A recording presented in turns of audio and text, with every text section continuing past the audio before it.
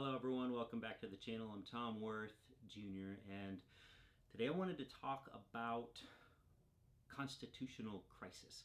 And there's been a lot of talk about could we be entering a constitutional crisis? What would it take? Um, what if he does this? What if he does that? And the thing is, we're pretty much already in a constitutional crisis.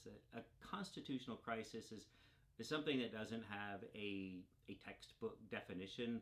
It's a kind of you know it when you see it type of situation, but it's when a conflict arises, typically with a president doing things that run counter to the Constitution regarding his power. Uh, and if there is any question that Donald Trump has been doing that, I, I don't know what rock you've been living under. It's not simply, I mean, it had to be an actual constitutional crisis. Most scholars and political scientists think it needs to reach some sort of threshold to seriousness or to blatantness or egregiousness.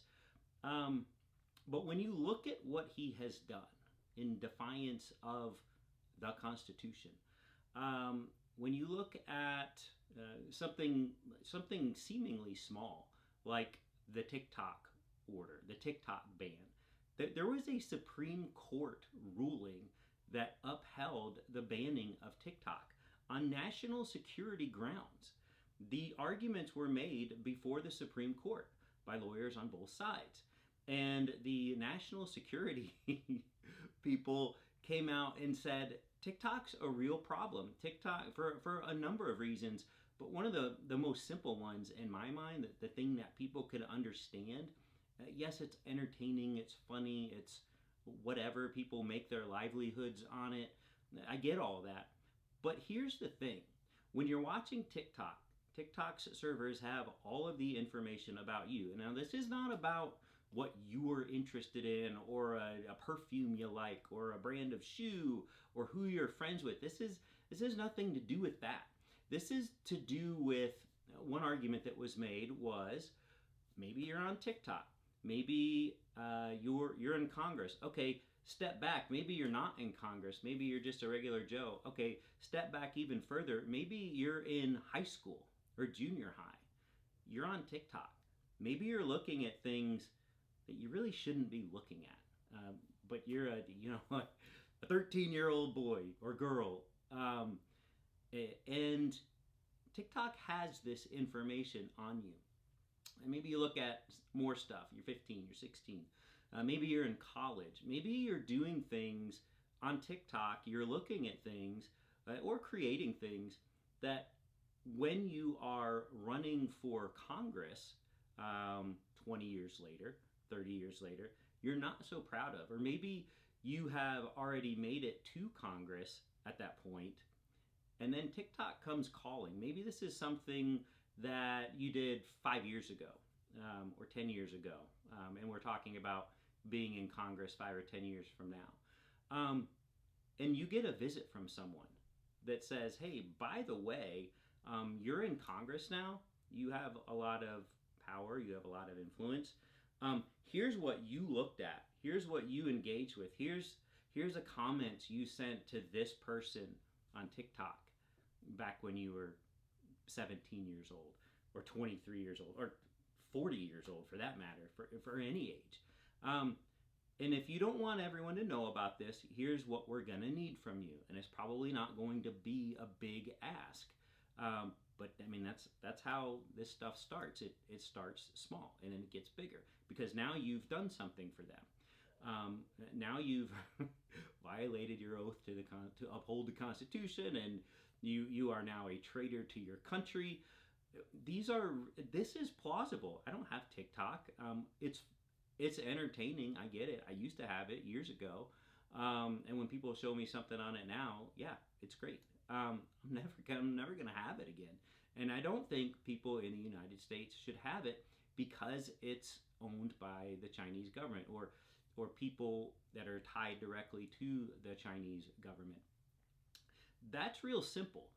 We can all understand that. Donald Trump is refusing to uphold the order by the Supreme Court to uphold the banning of Twitter. Sorry, Freudian slip there, of TikTok. So what does the Supreme Court do? Donald Trump steps in and says he orders the DOJ, that's who's supposed to enforce this ban, he orders his Department of Justice to not enforce the ban. Why would he do this? It doesn't matter why he would do this. He is openly defying a direct ruling of the Supreme Court. That's a constitutional crisis, okay? How about disbanding agency created by Congress? That's you can't do that as the president. You can't go in and just say, I'm going to undo this act of Congress that created this agency. He did that. What about not spending money appropriated by Congress on the things that it is appropriated for? We talked about this last night. He's done that. A federal judge ruled that he lift the freeze on the payment freeze on Monday, or before Monday. On Monday, the federal judge came out and said, this freeze still hasn't been fully lifted from what I've been shown. So, the executive is in direct defiance of a federal judge. That's the judicial branch. That is, I have a hard time saying that word. That is a constitutional crisis. Trump not spending money authorized by Congress. Mike Johnson might be okay with that, right? The power of the purse, the House of Representatives. That doesn't mean it is okay. It is directly defying Congress's orders to spend the money as the Congress has deemed it needs to be spent. Congress being okay with it, and then it's not even Congress, it's that much more than half of Congress is okay with it, does not make it okay. It's still a constitutional crisis. So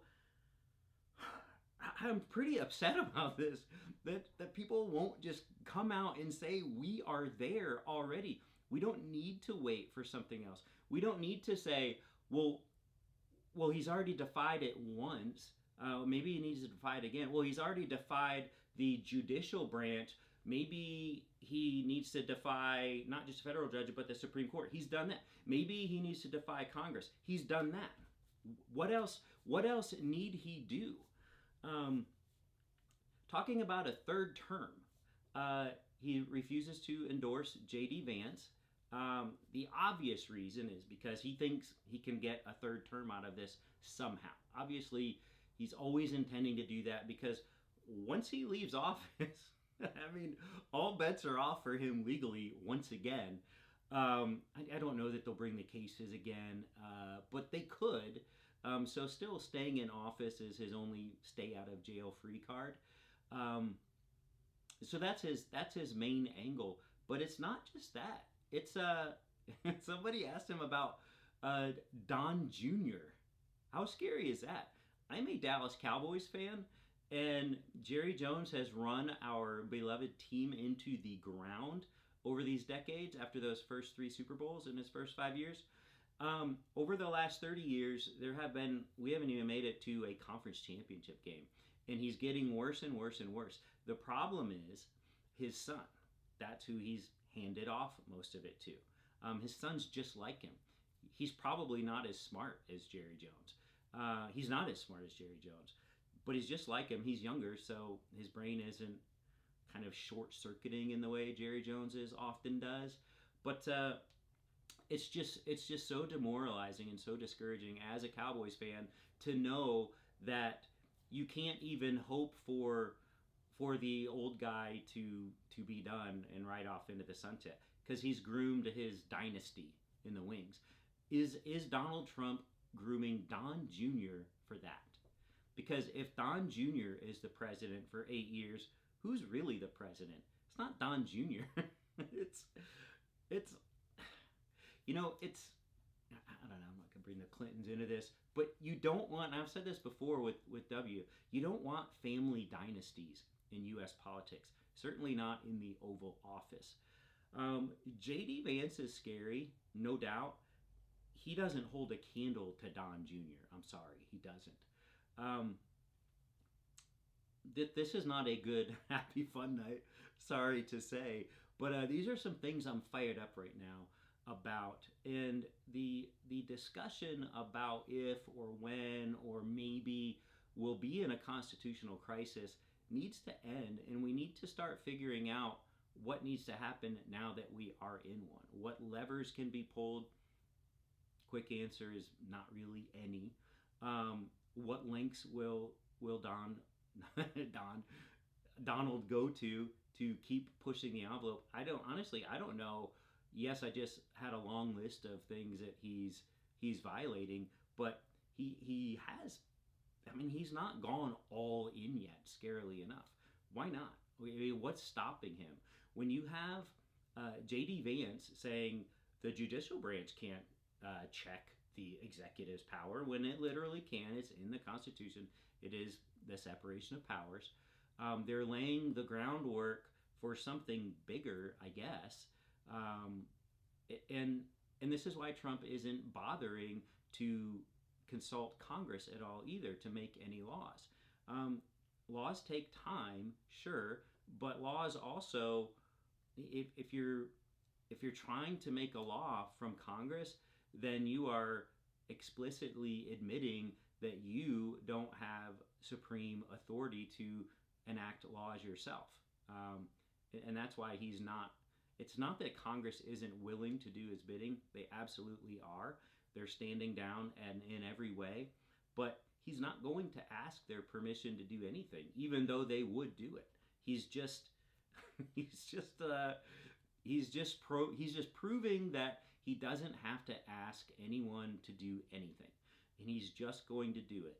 And so he thinks we're all going to get used to it, and he thinks we're just going to lay down and let it happen. And I don't see that happening. I don't have the answer yet.